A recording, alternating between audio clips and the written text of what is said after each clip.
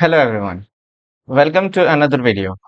So in this video we are going to discuss about the parameter passing techniques.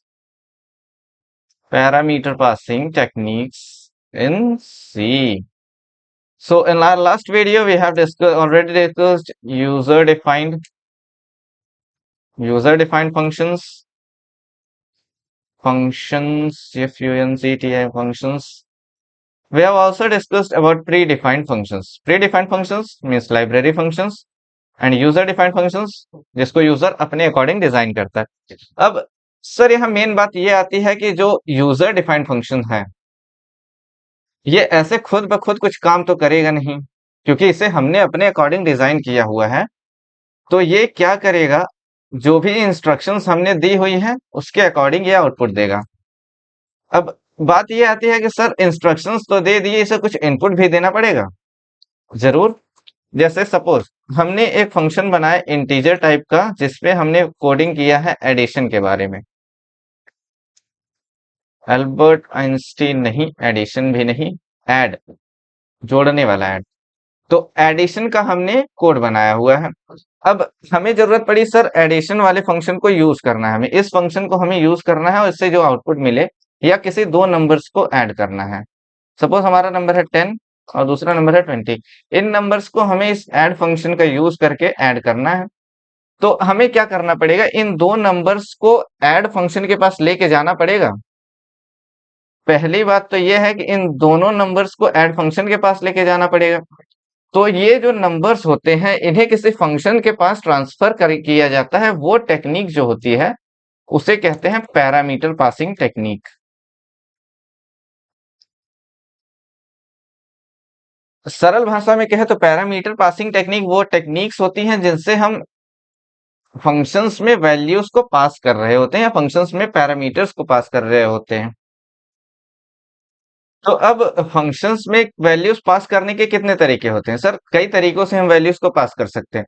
या तो हम values direct pass कर दें, functions को ऐड करना है, हम नंबर दे दिए 10 20, उन्हें वो ऐड करके दे देगा। या दूसरा तरीका ये आता है कि हम उस फंक्शन को उस दोनों वैल्यूज का या जो जो वैल्यूज हमें पास करनी उसका एड्रेस जाके दे दें। मेमोरी एड्रेस अगर हमने दे दिया, हो सकता है हमारा फंक्शन अगर सही डिजाइन है तो उस मेमोरी एड्रेस से डेटा फेच करके वो आउटपुट लाके हमें दे दे। तो ऐसे में दो इंपॉर्टेंट तरीके होते हैं जिन्हें पैरामीटर पासिंग टेक्निक्स के। पहला पास बाय वैल्यू, दूसरा पास बाय रेफरेंस। चार तरीके और होते हैं, pass by name, pass by call, pass by value, ये सब इन्हें हम डिस्कस नहीं करने वाले हैं क्योंकि पास बाय वैल्यू और पास बाय रेफरेंस अक्सर यूज होते हैं और इन्हीं की ज्यादा इंपॉर्टेंस है। तो in this video we are going to discuss about parameter passing technique and that too pass by where it is pass by value। pass by value को हम इस वीडियो में डिस्कस करेंगे और अगले वीडियो में हम डिस्कस करेंगे पास बाय रेफरेंस। तो पहले एक बार डेफिनेशन देख लेते हैं पास बाय वैल्यू क्या होती है। देखिए पास बाय वैल्यू में क्या होती है, हम एक्चुअल डेटा को ही ट्रांसफर कर रहे होते हैं या डेटा को ही पास कर रहे होते हैं फंक्शन में। तो इन pass by value we pass the actual data directly into the function में हम डायरेक्टली अपनी डेटा को ही ट्रांसफर कर देते हैं या पास कर देते हैं, उन्हें हमारा function as it is accept करता है और उनके अकॉर्डिंग हमें आउटपुट देता है। अब इसका एक एग्जांपल देखते हैं। हमने एडिशन के लिए फंक्शन बनाया था पिछले वीडियो में। सो उसी एग्जांपल को लेके चलते हैं, हम शुरू करते हैं हैज इंक्लूड। सॉरी परसेंट कहाँ से लगा ब्रो, हैज इंक्लूड। हम यूज करते हैं standard input output dot H. बनाते हैं एक वॉइड मेन फंक्शन। तो एक question, main user defined function है या प्री डिफाइंड? इस क्वेश्चन का आंसर आप कमेंट करके जरूर बताएं। हम लेते हैं इंटीजर आई कॉमा जे सेमीकोलन। हमने दो इंटीजर लिया आई और जे, इनकी वैल्यूज को हमें ऐड करना है। तो पहले यूजर को इनपुट दे देते हैं, भाई साहब नंबर तो इनपुट करिए। यूजर को मैसेज देते हैं enter the numbers to add. हमने यूजर को कहा sir enter the numbers to add. अब यूजर को बता दिया, यूजर तो नंबर इनपुट करेगा, उसके लिए इनपुट फील्ड लिखते हैं फॉर्मेट स्पेसिफायर %d। पहला नंबर इंटीजर ही चाहिए, दूसरा नंबर भी इंटीजर ही चाहिए। नंबर्स को स्टोर कहाँ करना है? पहला नंबर हमें आई पे स्टोर करना है, दूसरा नंबर जे पे स्टोर करना है। यहाँ एम्परसेंट ये क्या बता रहा है? जे के एड्रेस पे ले जाके डेटा को स्टोर करना है। हमने सेमीकोलन लगा दिया। अब हम कॉल करते हैं ऐड फंक्शन को, ऐड कर रहे हैं। ऐड फंक्शन में वैल्यूज कैसे पास करेंगे? क्या क्या वैल्यूज पास करनी है? आई की वैल्यू पास करनी है और जे की वैल्यू पास करनी है। तो ऐसे ही पास कर देते हैं आई कॉमा जे और सेमीकोलन। यहां हमारा मेन का कंटेंट खत्म होता है। अब आते हैं उस ऐड फंक्शन को हम डिफाइन करते हैं इंट ऐड। ऐड फंक्शन में हमें क्या क्या वैल्यूज आएंगे? एक इंटीजर आएगा, इंटीजर एक बना लेते हैं एक्स, एक इंटीजर बना लेते हैं वाई। ये क्यों बताया हमने? क्योंकि सर ऐड में हम दो वैल्यूज को ऐड कर रहे हैं, यहाँ दो वैल्यूज ही तो पास कर रहे हैं। इसीलिए ऐड के अंदर हमने दो वेरिएबल बना लिया है एक्स और वाई। अब होगा क्या, ये आई की वैल्यू जो है वो एज इट इज जाके एक्स में कॉपी हो जाएगी और जे की वैल्यू जो है वो एज इट इज जाके वाई में कॉपी हो जाएगी। अब हमारे इंटीजर ऐड के फंक्शन के अंदर दो वेरिएबल हैं जिनमें वही वैल्यूज हैं जो आई और जे में है। यहां हम बनाते हैं इंट रिजल्ट नाम का एक वेरिएबल बना देते हैं। रिजल्ट में हम स्टोर क्या करेंगे? Equals to X plus Y. समझ में आई ये बात? देखिए हुआ क्या, हमने आई और जे की वैल्यूज को पास कर दिया ऐड फंक्शन के पास। अब ऐड फंक्शन क्या कर रहा है? उन आई की वैल्यू को एक्स में स्टोर कर ले रहा है, वाई जे की वैल्यू को वाई में कॉपी कर ले रहा है या स्टोर कर ले रहा है। उन्हीं दो वैल्यूज पे अब हमें ऑपरेशन करना है क्योंकि वैल्यू सेम है। यहाँ वेरिएबल आई था, यहाँ वेरिएबल आई है और वेरिएबल जे है, वही सेम वैल्यूज कॉपी हुई है एक्स एंड वाई में रेस्पेक्टिवली। उन्हीं को हम ऐड करके रिजल्ट लिख रहे हैं। यहां हम लिखते हैं प्रिंट एफ। प्रिंट क्या कर देते हैं? अपना रिजल्ट प्रिंट कर देते हैं, द सम